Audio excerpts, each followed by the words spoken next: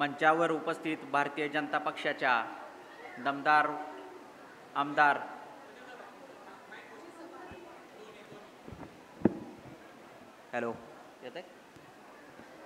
मंचावर उपस्थित असलेल्या भारतीय जनता पक्षाच्या दमदार आमदार चित्राताई वाघ मॅडम, त्यांच्यासोबत ज्यांनी भाऊंच्या प्रचारामध्ये स्वतःला अर्पण करून घेतलं त्या अपर्णाताई देशमुख मॅडम, भारतीय जनता पक्षाचे माजी जिल्हाध्यक्ष राजाराम गरुड साहेब आणि मंचावर उपस्थित असलेल्या सर्व महिला पदाधिकारी, सर्वप्रथम या टेंबू योजनेचे शिल्पकार स्वर्गीय संपतराव अण्णांना मी अभिवादन करतो.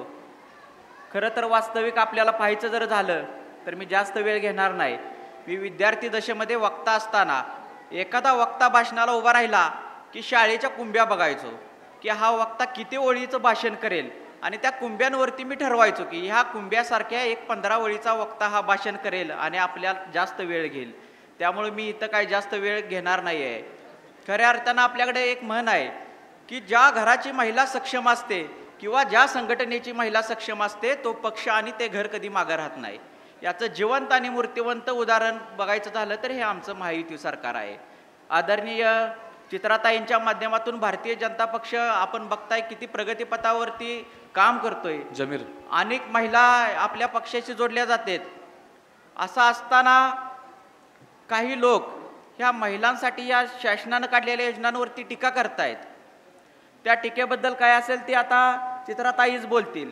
पण मी एक सांगू इच्छितो इथं की स्वराज्यामध्ये काम करत असताना छत्रपती शिवाजी महाराज जिजामातांना सातत्याने त्रास देत होते आणि त्रास देता देता जिजामाता सातत्यानं शिवाजी महाराजांना सांगायचा, शिवबा तुम्ही जरा शांत बसा. तरी पण शिवाजी महाराज शांत बसत नव्हते. जिजामाता थोडंसं काम करायला लागले की मातांच्या सूचनेनुसार छत्रपती शिवाजी महाराज शांत बसायचं. परंतु पुन्हा एकदा जिजामातांना सूचना करावी लागायची की शिवबा तुम्ही शांत बघा. मग अशा वेळी जिजामातेंनी एक युक्ती लढवली की बाजूला असलेला जगाचा नकाशा हातामध्ये घेतला आणि तो नकाशा टार टार टार फाडून टाकला आणि शिवबांच्या हातामध्ये दिला आणि छत्रपती शिवाजी महाराजांना सांगितलं, शिवबा आता आम्ही हा स्वराज्याचा झेंडा विणणार आहोत. जोपर्यंत तुम्ही हा जगाचा नकाशा जोडत नाही तोपर्यंत तुम्ही मला आता इथून पुढे हाक मारायची नाही. मासाहेब कामाला लागल्या आणि अवघ्या 5 मिनिटात छत्रपती शिवाजी महाराज जगाचा भलाढ्य नकाशा घेऊन जिजामातेंच्या समोर आले. जिजामातांना प्रश्न पडला की एवढ्या कमी वेळामध्ये हा स्वराज्याचा ह्या जगाचा झेंडा साधना म्हणजे कठीण आहे. जगाचा नकाशा जोडायचा म्हणजे संपूर्ण प्रांत ना प्रांत, देश ना देश, नद्या ना नद्या, समुद्र ना समुद्र, खंड ना खंड माहीत पाहिजे.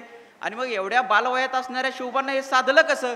त्या प्रश्नावरती जिजामाता व्याकुळ झाल्या आणि छत्रपती शिवाजी महाराजांच्या समोर गेल्या आणि म्हणाल्या, शिवबा आम्ही जे तुम्हाला दिलं होतं तो एक साधा कागद नव्हता तर तो जगाचा नकाशा होता आणि तो आम्ही तुम्हाला चक्क फाडून दिला होता आणि तो तुम्ही बिनचूक साधला कसा?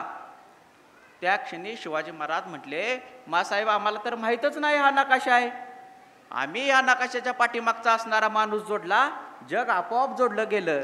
सांगण्याचं तात्पर्य चित्राताई एवढं आहे की या देशमुख कुटुंबियानं हा मतदारसंघ जोडण्यापेक्षा इथला सातत्यानं माणूस जोडण्याचा प्रयत्न केला. अजून बऱ्याच वक्त्यांनी सांगितलं की टेंबू योजनेची पार्श्वभूमी सुरुवातीच्या काळामध्ये आमचा हा एकच तालुका होता, खानापूर तालुका. त्या खानापूर तालुक्यामध्ये त्या काळात हा कडेगाव तालुका नव्हता.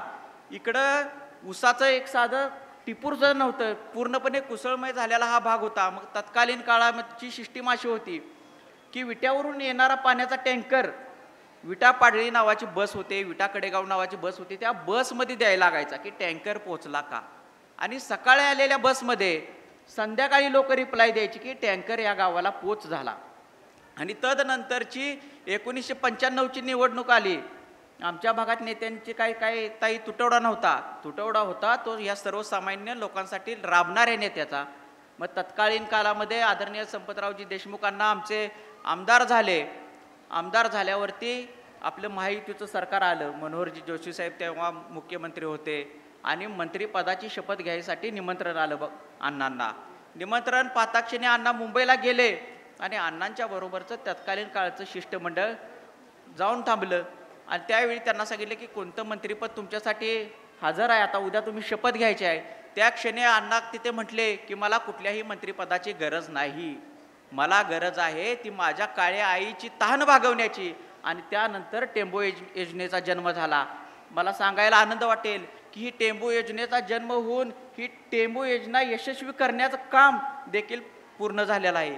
काही लोकांनी या योजनेला ताई दिवा स्वप्न म्हणून हिणवलं, पण मी यात सांगू इच्छितो की हे दिवा नाही, हे दिव्य स्वप्न आहे. हे जे संपतराव अण्णांनी बघितलं, एखाद्याला कामाला लावणं म्हणजे ह्या भागाची प्रगती नव्हे, कुटुंबातील सर्वांची अर्थव्यवस्था सुधारणे ही या भागाची प्रगती करण्याचं काम आदरणीय संपतरावजी देशमुख अण्णांच्या मार्फत झाले. तदनंतरचं जर आपण काम बघितलं, बाबांना संधी दिली. आपण संग्राम भावना जिल्हा परिषदेचा अध्यक्ष असताना प्रचंड निधी आणला. साध्या जिल्हा परिषदेच्या अध्यक्षपदामध्ये देखील 924 कोटी रुपयेचं निधी आणण्याचं एक पवित्र आणि बलाढ्य काम संग्रामसिंह भाऊंनी केलंय. मात्र त्या देखील कामाची जाहिरात ताई आपल्या माहितीसाठी सांगतो काही लोकांनी आपल्या पुस्तकामध्ये छापली. म्हणजे हा विचार करायचा तर कोणत्याही लोभाची अपेक्षा न बाळगता माणूस जोडणारं हे देशमुख कुटुंबीय आहे. आज तुम्ही महिलांचा एवढा संपूर्ण जनसागर बघताय, हे कशामुळं? आमच्याकडे सातत्य ग्रामीण भागात आहे. एखादी महिला बाहेर पडताना 100 वेळा विचार करावा लागतो. पण या देशमुख कुटुंबियांची परंपराच आहे. जसं ज्या लोकांना अण्णांनी हिणवलं, अण्णा पाठीमागे थांबले नाहीत आणि ह्या भागाचे आमदार झाले. त्याच पद्धतीनं भाऊ असतील, ताई असतील, ह्या ताईंनी स्वतःला प्रचारामध्ये अर्पण केलेलं आहे. आणि अपर्णा ताईंनी अर्पण केल्यामुळे ही सगळी जनसमुदाय महिलांचा तुमच्यासमोर दिसत आहे. अशा पद्धतीनं काम करणारा हे आपलं देशमुख कुटुंबीय आहे. ती वेळेसाठी हजर राहणारं हे कुटुंबीय आहे. त्या पद्धतीनं शासनाने दिलेल्या अनेक योजना आहेत. त्या योजना आपल्याला चित्राताई सांगतीलच.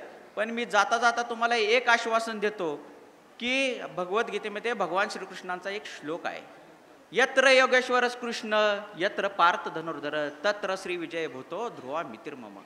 म्हणजे या पवित्र श्लोकाचा अर्थच असा आहे की ज्या ज्या ठिकाणी भगवान श्रीकृष्ण आहेत त्या त्या ठिकाणी अर्जुन निश्चितपणे आहे.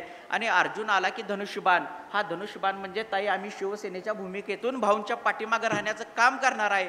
आणि ज्या ज्या ठिकाणी धनुष्यबाण आहे त्या त्या ठिकाणी महालक्ष्मीचं प्रतीक, महालक्ष्मी असणारं कमळ आहे. आणि जिथं जिथं कमळ आहे तिथं तिथं लक्ष्मी आहे. लक्ष्मी आपल्याजवळ असल्यामुळं आपला विजय हा निश्चित आहे. येणाऱ्या 20 तारखेला कुणीही मनात संभ्रमावस्था न बाळगता, साधारण करून मी लाडक्या आमच्या बहिणींना सांगतो, या भाऊंच्या लाडक्या बहिणींना सांगतो, ह्या मतदारसंघामध्ये 52% महिला आहेत.